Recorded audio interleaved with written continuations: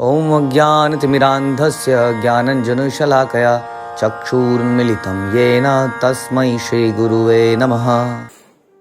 भगवद्गीता अध्याय 7वां knowledge of the absolute और श्लोक संख्या 24। अव्यक्तं व्यक्तिमापन्नं मन्यते मां बुद्धया परं भावमजानन्तो ममाव्ययम् अनुत्तमम्। बुद्धिहीन मनुष्य मुझको ठीक से न जानने के कारण सोचते हैं कि मैं भगवान कृष्ण पहले निराकार था और अब मैंने इस स्वरूप को धारण किया है। वे अपने अल्पज्ञान के कारण मेरी अविनाशी तथा सर्वोच्च प्रकृति को नहीं जान पाते। तो आई थिंक दुनिया में बहुत सारी अटकलें लगती हैं कि भगवान कौन है, कृष्ण भगवान है कि नहीं। कई लोगों को तो ये भी है कि विष्णु भगवान है, कृष्ण भगवान है, कौन किससे अवतरित हुए। तो लोगों को लगता है कि देवकी के पेट में पैदा होने वाला व्यक्ति भगवान कैसे हो सकता है, क्योंकि विष्णु को उन्होंने देखा नहीं है कहीं पैदा होते हुए। इस प्रकार तो लगता है कि विष्णु से भगवान आने चाहिए। और इस प्रकार से जब भगवान आते हैं संसार में तो एक रूप धारण करते हैं जो कि कृष्ण का रूप है, लेकिन वो उसको ये नहीं मानते कि इनका इटर्नल रूप है, इटर्नल सदा रहने वाला ओरिजिनल दिव्य स्वरूप है। ऐसा भ्रम है। तो इसको देखिए कितने क्लियरली भगवान ने गीता में ही क्लियर कर रखा है।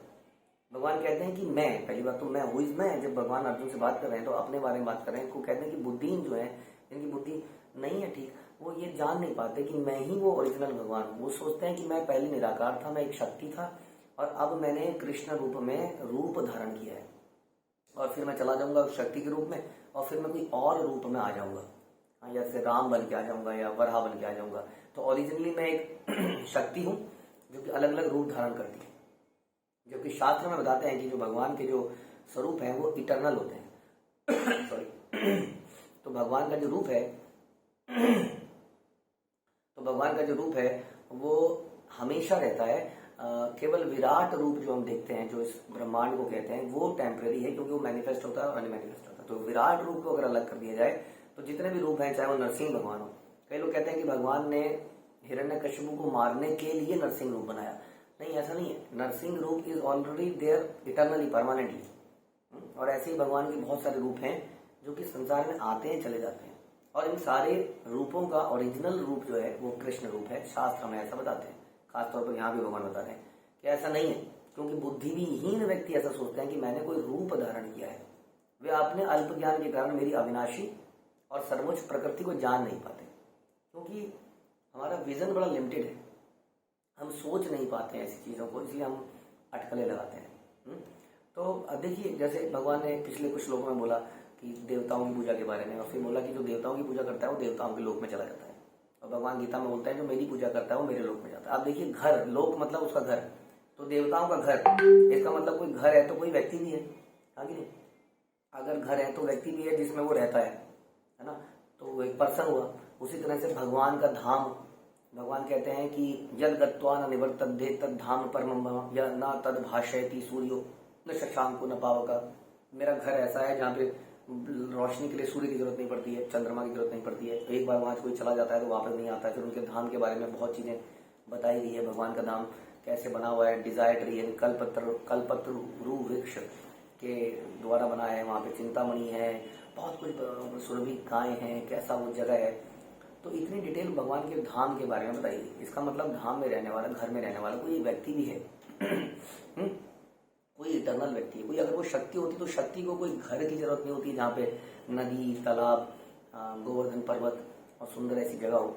शक्ति को तो जरूरत नहीं ना, शक्ति को रहने की कोई जगह नहीं चाहिए, शक्ति का कोई रूप नहीं होता। फिर भगवान के आप इटर्नल रूप के बारे में सुनते हैं कि कैसे भगवान का जो रूप है वो किस प्रकार का उनका शरीर है, कैसा रूप है।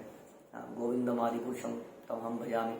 भगवान उसमें ब्रह्मा जी भी बताते हैं कि कैसे कंदर्प कोटि कमनीय विशेष शोभन, कितने भगवान सुंदर हैं कि लाखों करोड़ों कामदेव भी उनके बराबर कुछ नहीं है। तो ये जो रूप है, ये वही रूप है जिसको वो धारण करके संसार में आते हैं। जैसे मैंने बताया कि भगवान ने नरसिंह रूप धारण नहीं किया था, नरसिंह रूप अवतरित हुआ था। वैसे कृष्ण रूप कोई बना नहीं है देवकी के पेट से, हाँ, ये तो अवतरित हुआ है।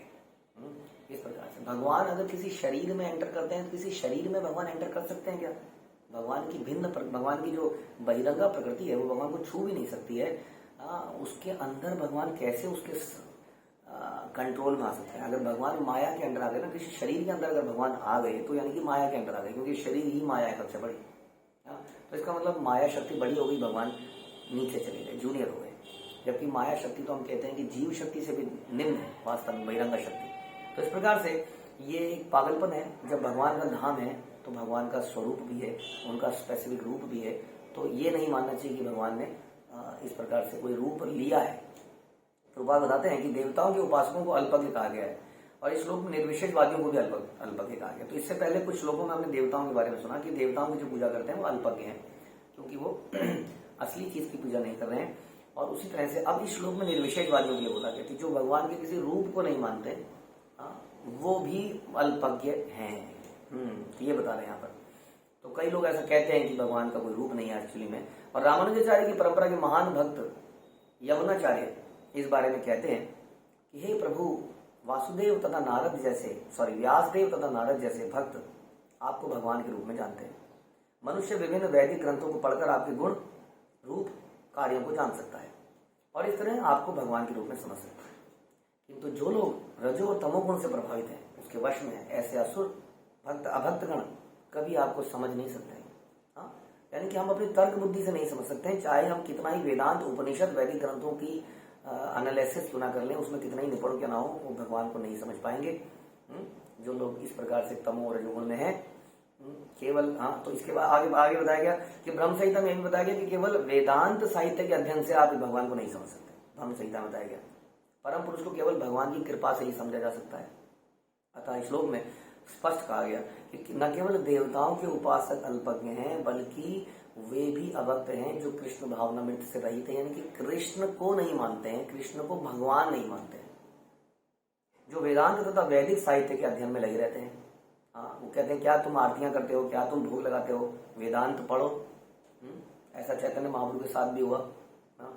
तो कई जगह हम देखेंगे प्रकाशानंद सरस्वती हैं, सार्वभौम भट्टाचार्य हैं, जिन्होंने भगवान को, जिन चैतन्य महाप्रभु को इस प्रकार की बोला कि तुम क्या ये नाचना गाना, क्या संकीर्तन, क्या आरतियां, क्या व्रत, क्या जपा, उन्होंने कहा वेदांत को पढ़ो। तो वहां पे भगवान उनकी आंखें खुलते हैं कि वेदांत में भी यही बताया गया है, वेदों का अंत भी यही है, क्या ईश्वरा परम कृष्ण सच्चिदानंद विग्रह, यही वेदों का अंत है। लेकिन हम बीच में ही कहीं भटक जाते हैं। तो बताने कि वेदांत और वैदिक साहित्य के अध्ययन में लगे व्यक्ति भी अल्पज्ञ हैं, जो कि निराकार को मानते हैं। वो लोग जो लोग परम सत्य को निर्विशेष करके मानते हैं वो अबुद्ध बताए गए, जो स्वरूप को नहीं मानते। तो श्रीमद् भागवत में बताया गया कि निर्विशेष ब्रह्म से ही परम अनुभूति प्रारंभ होती है। तो ब्रह्म है वो, दैट इज कृष्णा ओनली। भगवान बोलते हैं कि ये हम जो ब्रह्म का जो बेस है वो मैं हूँ, भगवान कहते हैं। यानी कि मेरे ही शरीर की कांति है, मेरी ही शक्ति ब्रह्म है, जिसके कारण सारा संसार चल रहा है। This is the first realisation of Krishna. The second realisation of Krishna is second step इस परमात्मा कि केवल शक्ति के रूप में नहीं है, उनका एक बहुत सुंदर सा रूप हमारे हृदय में भी है। और हर जीव के हृदय में है वास्तव में। तो इस प्रकार से परमात्मा। And the third level of knowing Krishna is that he is भगवान स्वयं। प्रभुपाद बताते हैं कि आजकल के निर्विशेषवादी तो और ज्यादा अल्पज्ञ हैं, क्योंकि पहले के निर्विशेषवादी यानी कि शंकराचार्य ओरिजिनल निर्विशेषवादी खुद ही भगवान को बताते थे कि कृष्ण ही भगवान है। गोविंदम, वो कहते थे भज गोविंदम भज गोविंदम भज गोविंदम मूढ़ मते। तो शंकराचार्य ने जगन्नाथ अष्टकम लिखा, देखिए भगवान के रूप का इतना गुणगान किया है। तो वो शंकराचार्य भी भगवान को मानते, लेकिन आजकल के तो मानते ही नहीं, क्योंकि रूप को मानने के लिए उन्हें ऐसा लगता है तो कोई परंपरा है। लोग कहते हैं कि ये जो इस्कॉन है ये कोई अपना ही कोई इन्होंने भगवान बना लिए। ऐसा नहीं है। इस्कॉन जो है टोटली वैदिक प्रमाणों के निचोड़ पर आधारित है, जो कि शंकराचार्य जैसे महान लोगों ने भी बताया। ऑल्दो उन्होंने निर्विशेषवाद का प्रचार किया, लेकिन internally deep inside he was a devotee, जो कि उनके अलग अलग रचनाओं से पता चलता है। तो अतः निर्विशेषवादी परम सत्य को न जानने के कारण सोचते हैं कि कृष्ण देव के वसुदेव के पुत्र के रूप में पैदा हुए। वो एक जीवात्मा है, शक्तिमान जीवात्मा है, कोई राजकुमार है, सुंदर राजकुमार है, ऐसा वो सोचते हैं। भगवान गीता में बताते हैं 9.11 में, अवजानंति माम मूढ़ा मानुषम तम आश्रितम। मूर्ख लोग मुझे जानते नहीं है, मुझे पर असाधारण पुरुष मानते हैं। वो जानते नहीं है मेरा स्वरूप क्या है, मम भूता Maheshwaram, I am the controller of all the controllers, supreme controller. इस बारे में जो नहीं जानता है वो अल्पज्ञ है। तो बिना बताते हैं कि बिना भक्ति के कोई भगवान को जान नहीं सकता है। इसका पुष्टि भागवत में हुई इस प्रकार कि हे प्रभु, 10वें कीर्तन में, हे प्रभु, यदि कोई आपके चरण कमलों की रंच मात्र भी कृपा प्राप्त कर लेता है ना, तो ही वह आपकी महानता को समझ सकता है। भगवान कहते हैं कि मैं, भगवान की जो महानता है, उनका जो रूप है, वो उनकी माया शक्ति द्वारा आवृत है। केवल वही व्यक्ति जो माया से निकलने का प्रयास करता है, भगवान की शरण में जाके, वही भगवान के असली रूप को देख पाता है।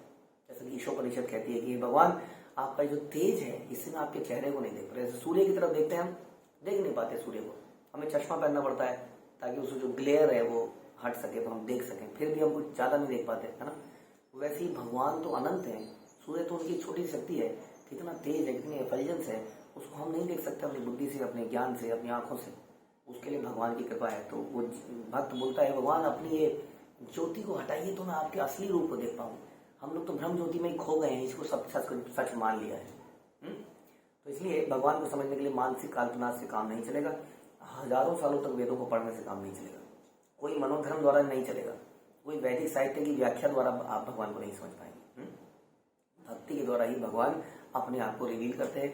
जब मनुष्य हरे कृष्ण कृष्ण कृष्ण हरे हरे, हरे राम राम राम हरे हरे, इस महानतम जप से प्रारंभ करके कृष्ण भावनामृत में पूर्णतया तन्मय हो जाता है, तभी वह भगवान को समझ सकता है।